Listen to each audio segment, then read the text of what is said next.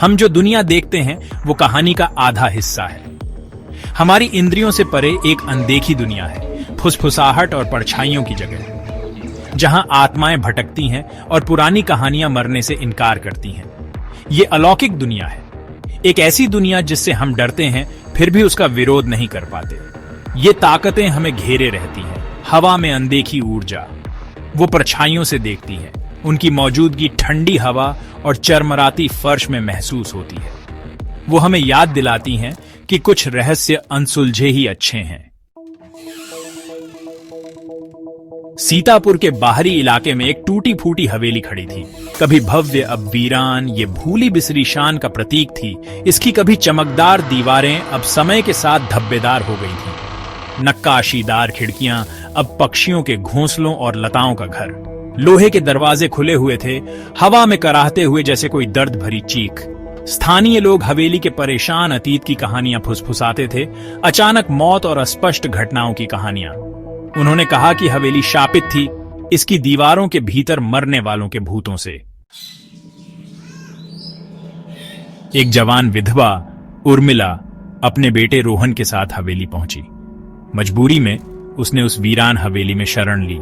उसने कहानियां सुनी थीं, लेकिन उसके पास कोई और चारा नहीं था।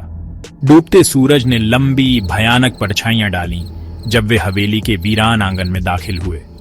रोहन, एक जिज्ञासु 10 साल का लड़का, डरा हुआ और उत्साहित दोनों था। उसने हवेली में एक मौजूदगी महसूस की, एक ठंडक जिससे उसकी रीढ़ में कंपकंपी दौड़ गई। वो अपनी मां से चिपक गया। उसकी आंखें आशंका से चौड़ी हो गईं। पहली रात सबसे मुश्किल थी। टूटी खिड़कियों से हवा गरजती हुई, खोई हुई आत्माओं की चीखों की नकल करती हुई। खाली हॉल में अजीब आवाजें गूंजती थीं, फुसफुसाहट जो कहीं से भी आती हुई लगती थी। रोहन को यकीन था कि उसने अपनी आंखों के कोनों में परछाइयां हिलती देखी। उर्मिला ने बहादुर बनने की कोशिश की, लेकिन डर उसके दिल को खाए जा रहा था। उसने रोहन से कहा कि ये सिर्फ हवा है, लेकिन वो इस एहसास से छुटकारा नहीं पा सकी कि उन्हें देखा जा रहा है। जैसे जैसे रात बढ़ती गई, अजीब घटनाएं तेज होती गईं, हवेली को डर के माहौल से भर दिया। अगले दिन उर्मिला की मुलाकात बुढ़े श्याम से हुई, जो गांव के किनारे रहता था। उसने उसे हवेली की कहानी सुनाई। यह कभी ठाकुर परिवार का घर था, अमीर जमींदार जो एक दुखद अंत से मिले थे। ठाकुर परिवार का मुखिया एक क्रूर आदमी था, जिसका धन गांव वालों की पीठ पर बना था। एक रात हवेली में आग लग गई, जिसमें सभी लोग मारे गए। कुछ लोगों ने फुसफुसाया कि यह एक बदला लेने वाले नौकर ने आग लगाई थी। दूसरों ने कहा कि यह उन लोगों की आत्माएं थीं जिनके साथ ठाकुरों ने गलत किया था। सच्चाई जो भी हो, हवेली तब से शापित थी। उस रात बाहर तूफान आया, जो उर्मिला और रोहन को घेरने वाले आतंक को दर्शाता था। हवेली जीवित हो उठी, चीखों और जंजीरों की आवाजों से भर गई। उर्मिला ने एक सफेद साए को अपने दरवाजे के पास से गुजरते देखा। रोहन चीखा, एक अंधेरे कोने की ओर इशारा करते हुए, जहां लाल आंखों का एक जोड़ा उन्हें घूर रहा था। उर्मिला ने रोहन को पकड़ लिया। उसका दिल जोर से धड़क रहा था। उन्हें भागना था। हवेली अब सिर्फ एक शरण स्थली नहीं थी, यह डर की जेल बन गई थी। वे अंधेरे गलियारों से भागे। बच्चों की भूतियां हंसी उनके पीछे गूंज रही थी। उनके पैरों के नीचे फर्श की लकड़ी अशुभ रूप से चरमरा रही थी, किसी भी क्षण टूटने की धमकी दे रही थी।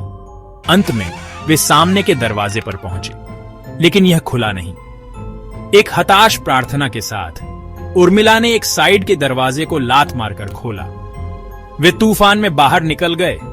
बारिश उनके चेहरों पर बरस रही थी। जैसे ही वे भागे, वे हवेली के अनदेखे निवासियों की चीखें सुन सकते थे, जो उनके बाल बाल बचने की एक भयानक याद दिलाती थी।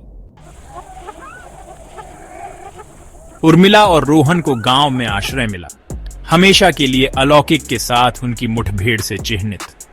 गांव की सुरक्षा में भी हवेली की याद उन्हें सताती रही। वे अभी भी फुसफुसाहट सुन सकते थे, अभी भी अनदेखी की बर्फीली स्पर्श महसूस कर सकते थे। हवेली बनी रही हमारी दुनिया की सतह के नीचे छिपे अंधेरे का प्रमाण, एक याद दिलाता है कि कुछ जगहें अपने रहस्यों को थामे रहती हैं और कुछ कहानियां वास्तव में कभी खत्म नहीं होती हैं। क्या यह सब सच था या उनके डरे हुए दिमाग का वहम? क्या हवेली की आत्माओं ने उन्हें सताया या ये उनका अपराध बोध और हताशा थी जो उनके साथ खेल रही थी? जवाब हवेली में फुसफुसाहट की तरह मायावी रहे, अज्ञात के साये में खो गए। सीतापुर की हवेली एक मूक प्रहरी के रूप में खड़ी थी, एक भयानक याद दिलाती है कि कुछ रहस्यों को अछूता छोड़ देना ही बेहतर है, क्योंकि अज्ञात के दिल में भय और आश्चर्य हमेशा के लिए आपस में जुड़े रहते हैं।